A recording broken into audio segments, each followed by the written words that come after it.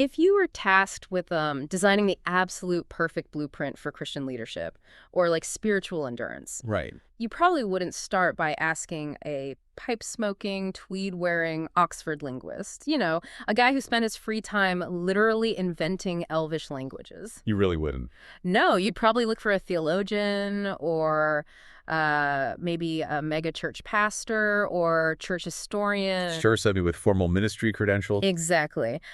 But what if one of the most profound, deeply resonant guides to living out a conservative evangelical faith in the modern world is actually hiding inside a fantasy novel? Yeah, a book about wizards and orcs and hobbits. Right. And that is exactly what we are getting into today. Welcome to the deep dive. We are taking a journey into the heart of J.R.R. Tolkien's The Two Towers. Which is just a masterpiece. It really is.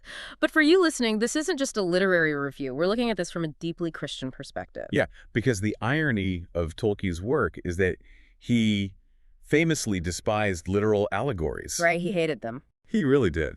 Like, he couldn't stand the mechanics of something like John Bunyan's The Pilgrim's Progress. Where a character named Christian walks down a road named Salvation. And carries a literal burden called sin on his back. Yeah. He felt that was just way too on the nose. Too restrictive for the reader. Exactly. But at the same time, his own sub-creation, Middle-earth, was entirely steeped in his own deeply Christian worldview. Yeah. He even called The Lord of the Rings a fundamentally religious and Catholic work. He did. And the sources we're diving into today reveal that the moral architecture of this world maps perfectly onto biblical truth. So that's our mission for you today. We are skipping the basic plot summaries. Yeah, you already know who Aragorn is. You know about the ring. Right. We're not here to do a book report. We want to extract the spiritual gold from this book without getting bogged down in dense theological jargon. Just practical, real-world application. Exactly. We're going to look at how the struggles of these characters can actually deepen your faith, help you read the Bible with fresh eyes, and inspire you to live for Christ more fully. In your daily life. Because the battles they face are so relevant to the ordinary battles of faithfulness we face today. Absolutely. So to kick this off, we need to start at the exact moment where human strategy just completely collapses. The beginning of the Two Towers. Right. We enter this volume in a state of absolute, unmitigated disaster. Total chaos. The Fellowship is completely shattered at Amon Hen. Boromir is dead. Merry and Pippin have been abducted by Uruk-hai. And Frodo and Sam have just gone rogue. They disappeared into the wild. Yeah, so from a purely tactical standpoint, the mission has completely failed. The grand strategy they came up with at the Council of Elrond is just gone. But structurally, it's fascinating what Tolkien is doing here. Our sources point out that he splits the narrative completely in half. Right. Book 3 follows Aragorn, Legolas, and Gimli chasing the orcs. And Book 4 isolates Frodo and Sam in the wilderness. It feels like this fragmentation of hope. It does feel that way. Yeah. But theologically, it actually operates as this masterclass in the Christian doctrine of providence. Let's unpack that, because they all feel completely isolated, right? Oh, absolutely. They think they failed. But this scattering actually multiplies the points at which divine grace can act. That is such a good point. It's Tolkien's concept of eucatastrophe, isn't it? Yes, exactly. He coined that term to describe the sudden joyous turn in a narrative when all seems lost. The moment grace just breaks through the darkest possible circumstances. Right. He viewed it as the literary equivalent of the resurrection. But the mechanics of how it works in Middle-earth really echo the biblical narrative of Joseph. In Genesis 50. Yes. Genesis 50, verse 20, where Joseph tells his brothers, what you meant for evil, God meant for good. I want to dig into the mechanics of that for a second, because I think it's easy to just throw around the phrase, oh, God meant it for good. Like a spiritual platitude. Exactly. When things go wrong, people just say that. But the Hebrew text there is so much more precise. It really is. The word for meant or intended is chashab. Chashab. And it implies this meticulous, purposeful calculation, right? It's actually an accounting term. Joseph's brothers calculatingly plotted his murder and his enslavement. But God was simultaneously sovereignly calculating the salvation of the known world from famine through that exact same betrayal. That dual reality is exactly what we see at the breaking of the Fellowship. It feels like evil has won. Sauron and Saruman have successfully divided their enemies. But the scattering positions everyone perfectly. Aragorn is exactly where he needs to be to save Rohan. Merry and Pippin are perfectly placed to rouse the Ents. And Frodo is right where he needs to be to slip into Mordor unnoticed. The evil intentions of the orcs literally become the transportation system God uses to position them for victory. It's incredible when you look at it that way. It makes me think of an analogy for the listener. It's not just like looking at the messy back of a cross stitch, though that's a classic one. Right, where you just see the knots. Yeah. I look at it more like a chess grandmaster playing against a really aggressive novice. Ooh, I like that. The grandmaster doesn't override the novice's free will. The novice can make whatever chaotic, destructive moves they want. But the Grandmaster has already calculated a counter move. Exactly. A move that weaves that chaos into an inevitable checkmate. Sauron is the novice making aggressive moves, and the sovereign author is weaving those into Sauron's defeat. So how does Aragorn's reaction to this disaster model Christian trust? Because he's plunged into agonizing doubt. He really is. He's standing by the river Anduin, weeping, looking at his ruined plans. And he has to make a choice. And the calculating strategic choice, the move that makes the most sense, is to track down Frodo. Because the ring is the weapon. It's the ultimate threat. Right. Logic dictates you abandon the kidnapped hobbits and protect the asset. But Aragorn rejects that utilitarian logic. He refuses to operate by the math of the enemy. He chooses loyalty and love for the weak. Exactly. He says he won't leave Merry and Pippin in torment. It's a faceful choice that makes zero strategic sense. But it triggers the entire chain reaction of Saruman's downfall. If he had followed cold calculation, Rohan falls, Isengard wins, and the West is destroyed. So, for you listening, when your own plans fall apart, maybe a lost job, a broken relationship, a ministry failure, you don't have to calculate the odds of victory. You don't need to know the grand strategy. You just have to make the next faithful, loving choice right in front of you. And trust the sovereign God with the outcome. Right. Which transitions us perfectly into looking closer at Aragorn's character. Because his choice there radically redefines leadership and power. It really does. The sources draw a massive direct parallel between Aragorn and the Old Testament concept of the Davidic king. The Mashiach, or Anointed One. Yes. And we need to clarify this because modern readers view kingship through a political lens. Taxes, armies, monarchs. Right. But the biblical concept operates differently. If you look at 1 Samuel 16, God sends Samuel to anoint the next king. From the sons of Jesse. And Samuel looks at Eliab, the oldest. He's tall, striking, very martial. He looks exactly like what you'd want in a military commander. He fits that Homeric ideal of a king, seeking personal fame through dominance. Which is exactly what led to Boromir's fall in the first book. Absolutely. Boromir wanted the shiny armor and the glory. He wanted to be the savior. But God explicitly rejects Eliab. He says man looks on the outward appearance, but the Lord looks on the heart. And he chooses David, a shepherd boy out in the fields, completely overlooked. And that perfectly mirrors Aragorn. He's introduced as a dusty, weather-beaten ranger. Strider. Right. Sitting in the dark corner of an inn. The worldly wise completely dismiss him initially. Because true kingship in the Bible and in Tolkien's world is marked by humility, hiddenness, and sacrificial service. But wait, let me push back on that for the listener. Aragorn still uses a sword. He does. He fights in these massive, epic battles. He cuts down Uruk-hai at Helm's Deep. So how is that fundamentally different from worldly power? It's a great question. The difference is found in the motive and the method. Okay, break that down. A worldly tyrant uses the rhetoric of service to consolidate authority and protect themselves. They sacrifice others. Right. But the Davidic king sacrifices himself for the preservation of others. Aragorn's violence is purely protective. So he's not fighting to conquer or dominate. No.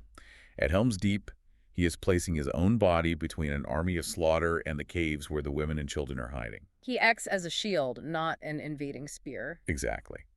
And his true power is revealed in his ability to heal. In Middle-earth, the hands of the king are the hands of a healer. Wow. Worldly power breaks people to build its empire. Righteous power heals the broken at the expense of the leader's comfort. That is the ultimate metric. And that challenges how you and I view leadership in our homes, our workplaces, or our churches. It really exposes our motives. Are we using our authority to demand respect and insulate ourselves, or are we lowering ourselves to lift others up? True Christian influence isn't about flexing authority. It's servant leadership. It inspires a deeper love for Christ, the ultimate hidden king who wore a crown of thorns rather than gold. Absolutely. And if Aragorn represents that righteous king, Tolkien gives us the terrifying alternative in Saruman. Oh man, Saruman. This is where we see what happens when wisdom is corrupted by the desire for control. Saruman's fall is tragic because he was supposed to be a wise guide. He was the head of the White Council. If you needed deep theological or strategic counsel, he was the guy. So how does he fall so far? The sources dig into the biblical concept of wisdom, the Hebrew word chokmah in Proverbs. Right, Hokmah. It's not just high IQ. True wisdom begins with the fear of the Lord. It requires humility and submission to God's moral order. And Saruman completely abandons that. He trades it for utilitarian, technocratic control. He severs his intellect from the moral order. We see that physically in Isengard. He turns this beautiful valley into an industrialized, blackened pit of furnaces. Attempting to build a lesser copy of Sauron's Dark Tower. Our sources actually connect his tower, Orthanc, to the biblical Tower of Babel in Genesis 11. It's a perfect parallel. Babel was a symbol of human pride and self-deification, an attempt to manage the divine. And Saruman thinks his intellect can manage the dark power of the ring. He's blinded by his own pride. But you know what's really terrifying? It's not his Armin, it's the voice of Saruman. Yes. The chapter dedicated to his voice is chilling. It's so seductive. He doesn't sound like a cartoon villain. He sounds reasonable. He rationalizes evil and manipulates the truth. He shifts the blame and frames his treason as a pragmatic necessity. It's like modern cultural narratives or those social media echo chambers. Oh, exactly. It's that voice that tells you, hey, compromise your morals just a little bit for the sake of efficiency and influence. It sounds perfectly reasonable until you realize it's eating your soul. Right. It appeals to your intellect and your desire for security. And Tolkien's answer to this industrialized pride is brilliant. He brings in the Ents. The walking trees. Yes, they represent God's created order rising up in righteous judgment against those who exploit it. Saruman views the forest just as raw material, fuel for his furnaces. But the Ents operate on a completely different scale of time. Their wrath is slow, deep, and inexorable. It mirrors the biblical call to do justice and defend the vulnerable, even the trees. It's a massive warning against the idolatry of success and power. For the listener, this is a reminder. Are you trusting in your own cleverness and worldly strategies, or are you remaining humble? We have to be hyper-vigilant against those subtle, reasonable voices of temptation. So true. But right in the middle of all this epic stuff, Tolkien just violently shifts gears. Yeah, the transition to Book 4 is intentionally jarring. We leave the cavalry charges of Rohan and turn to the quiet, agonizing internal struggle of Frodo and Sam. Two starving hobbits in a desolate wasteland. And to understand the weight of this, our sources point to Tolkien's own experience in World War I. The Battle of the Somme in 1916. He spent months in the trenches. A mechanized slaughterhouse. He experienced the total collapse of the romantic view of war. The mud, the stench, the sheer trauma of attrition. And he poured that specific psychological horror into the Dead Marshes and the journey into Mordor. But it's not just historical. The theological commentators map this directly onto the biblical theology of the wilderness. Right, the believer's wilderness wandering. The Hebrew concept of the midbar. Like in Deuteronomy 8, where God leads Israel into the wilderness for 40 years. Not straight to the promised land. No. To humble them, to test them, to teach them dependence. Because the wilderness strips away every external support system. Your wealth, your competence, it all fails. Exactly. Frodo and Sam run out of natural strength. They are sustained entirely by the elvish lembas bread. Which our sources connect to the biblical manna. And for Tolkien, the Eucharist. Right. And this introduces a crucial New Testament concept for spiritual endurance. The Greek word hypomone. Hypomone, let's explore that. Because it translates to endurance or steadfastness under trial, right? Yes. Like in Romans 5 and Hebrews 12. Yeah. But it's not stoicism. It's not just gritting your teeth. It's not finding a hidden reserve of your own strength because you don't have any left. Exactly. It's a spirit-enabled refusal to quit the path of obedience, even when you are exhausted and miserable. This is so relevant for the listener. If you are in a season of spiritual burnout, this is for you. Most of our lives aren't spent at Helm's Deep.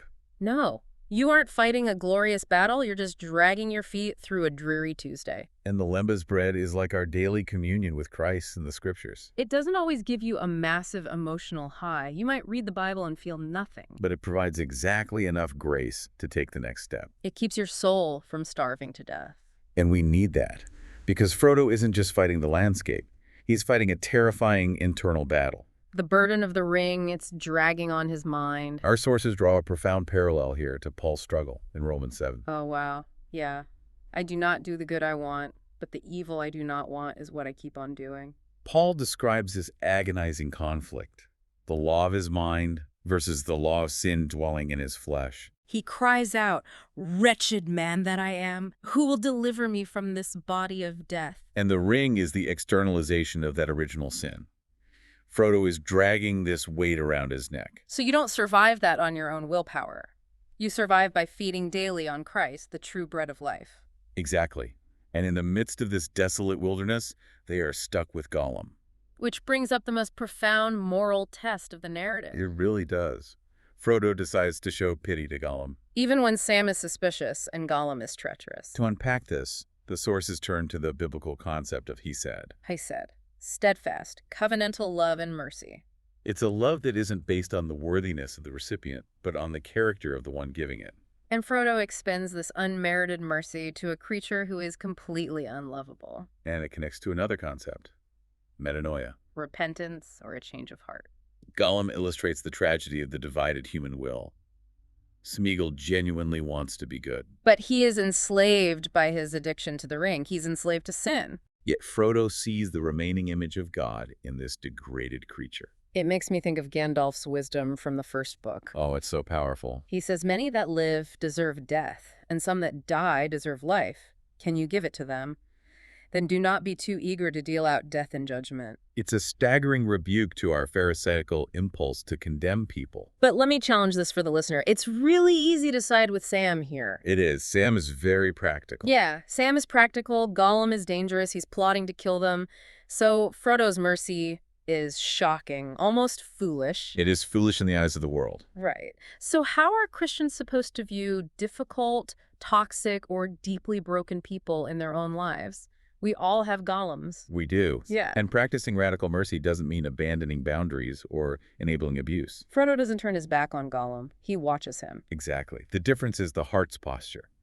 You can have boundaries while still praying for their metanoia. You don't reduce them to a monster. Sam crosses the line into contempt. He berates Gollum, and it actually ruins a critical moment of vulnerability for him. So this is a call to radical grace for the listener, remembering how much mercy Christ has shown you when you were his enemy. That should transform how you treat the Gollums in your life. We are called to be vessels of unmerited mercy, leaving final judgment to God.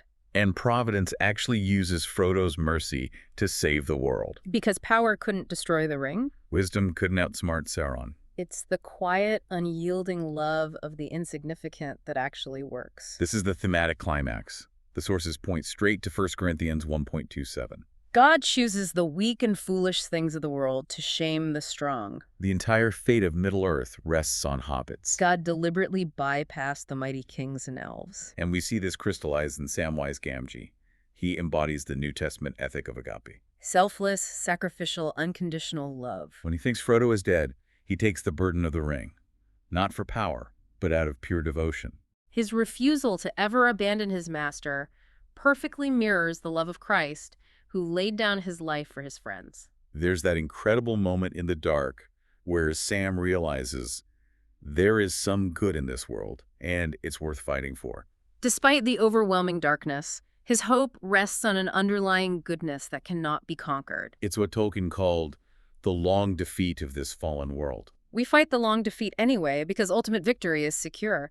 And, in a world obsessed with influencers and changing the world on a grand scale, Sam is just a gardener. God uses the gardener to break the power of hell. So for the listener, your daily unseen acts of faithfulness, raising children, caring for a sick spouse, quietly serving at church. Those are exactly the instruments God uses to advance his kingdom. You don't need a massive platform. True discipleship is embracing those seemingly insignificant acts of love. Knowing they are eternally meaningful in the hands of a sovereign God. As we wrap this up, the expert brings up one final provocative thread from the source material. Yes, the return of Gandalf the White. He says he was sent back until his task is done. This subtly but powerfully echoes the resurrection of Christ and the Great Commission. Gandalf's return wasn't to fight the battles for men. Right, he didn't wipe out the orc armies himself. He returned to inspire, guide, and empower them to stand firm. And just as Gandalf does that, the risen Christ sends his Holy Spirit to empower you. The war is won, but you still have a role to play in the battles of today. So, to you listening, take these truths from Middle-earth and apply them to your walk with Christ this week. Embrace the mercy, feed on the daily bread, and fight for the good that remains. Thank you for joining us on this deep dive.